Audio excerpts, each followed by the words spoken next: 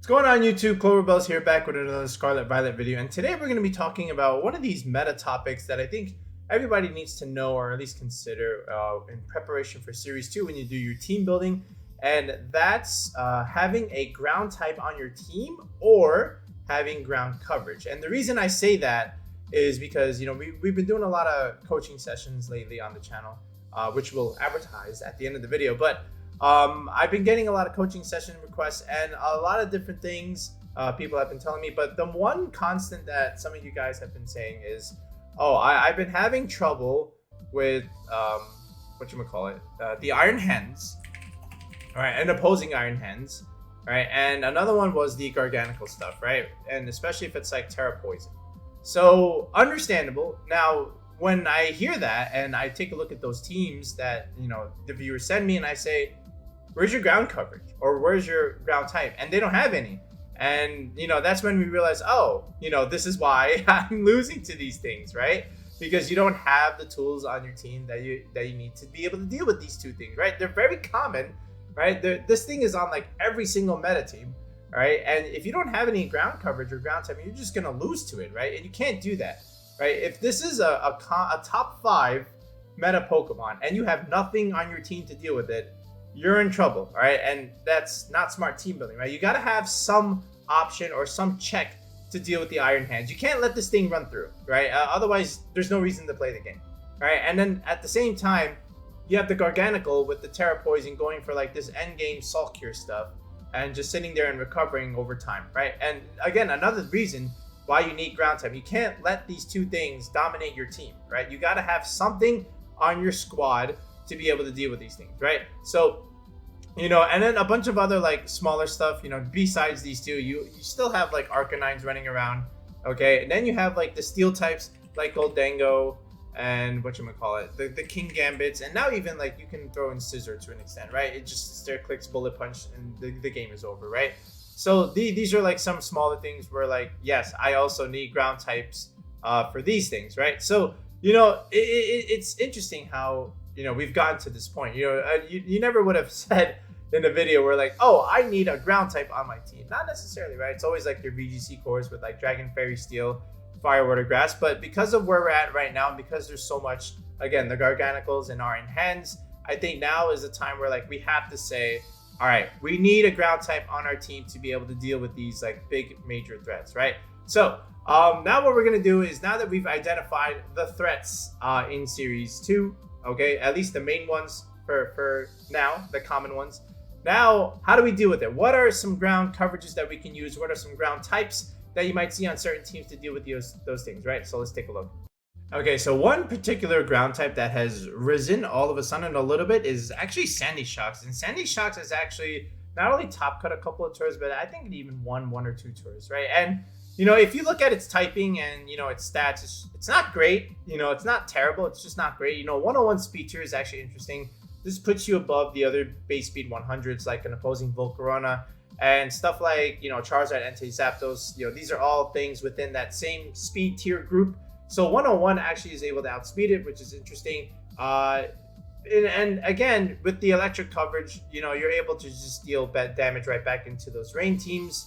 But the idea is that you have this offensive set with like Earth Power, all right, and then maybe Thunderbolt, all right, and then some filler move and then Protect, right? So you're able to, I think it's like a grass move if anything, right? I think it's like Energy Ball. Okay, no, it wasn't. All right, some filler move.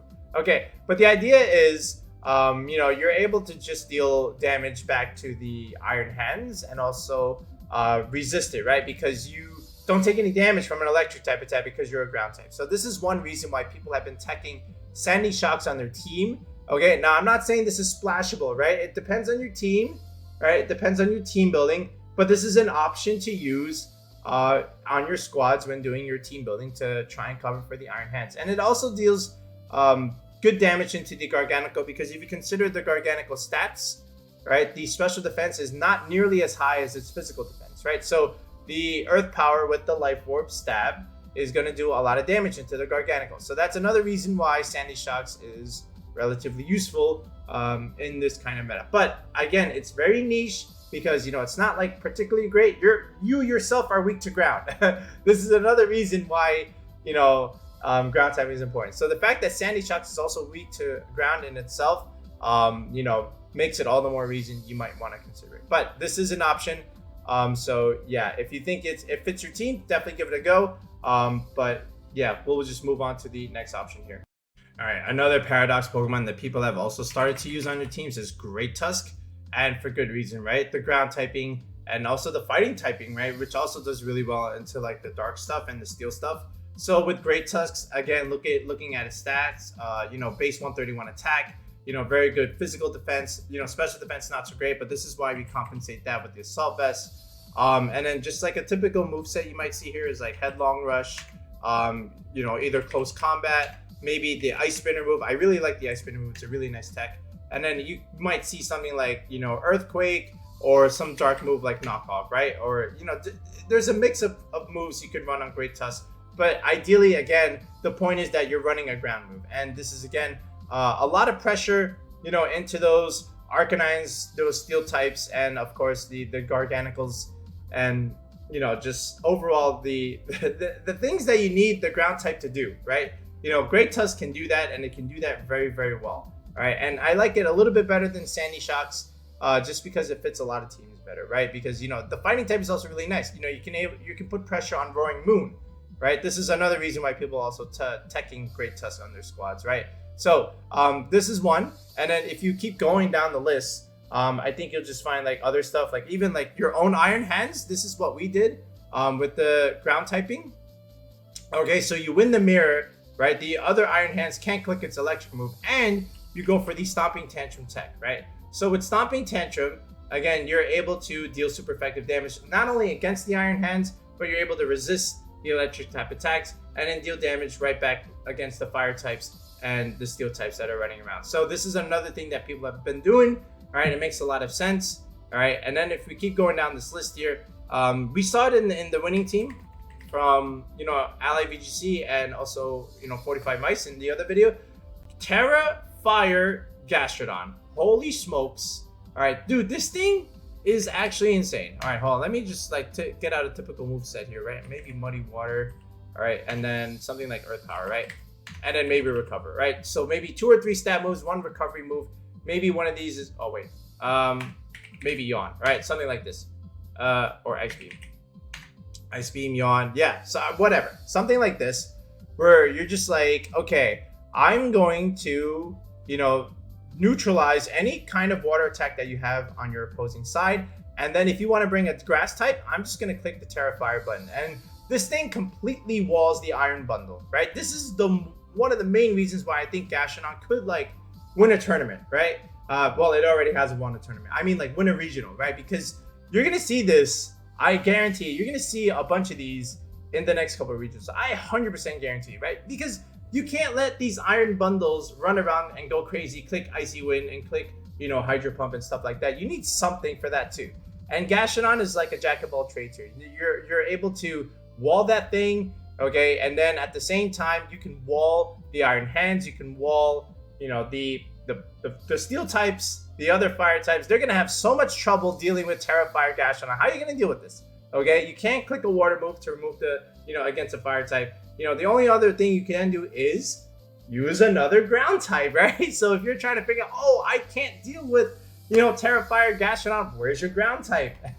Because your ground type can do that. But remember, Gastrodon also has, typically an ice move or a water move. So your ground type is also at the mercy of a Gastrodon, which, is really, really interesting. And I really wanted to do a separate video on Tera Fire Gastrodon. And I think I still may, but at least I wanted to talk about it in this video. So yeah, go figure. So if you want a ground type or ground, tech option, I think Gastrodon makes a lot of sense. So let's look at another option.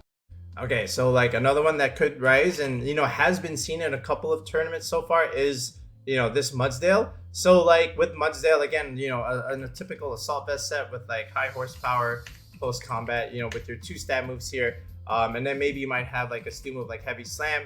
All right, and then some other random coverage move, right? But the idea is, again, the same as the others. You're able to, just deal good physical ground type damage, resist the electric attacks from the Iron Hands, all right? And then just pretty much go ham. And you can't intimidate this thing, right? Because of Inner Focus, whereas, your greattusk or your own Tera Ground Iron Hands, you can get intimidated, right? But with Mudsdale, because of inner focus, you can't. So that's another option that you could consider. And it does really well in Trick Room because it has really low base speed. So if you want to have like a typical Trick Room squad, you might even consider Mudsdale on your team.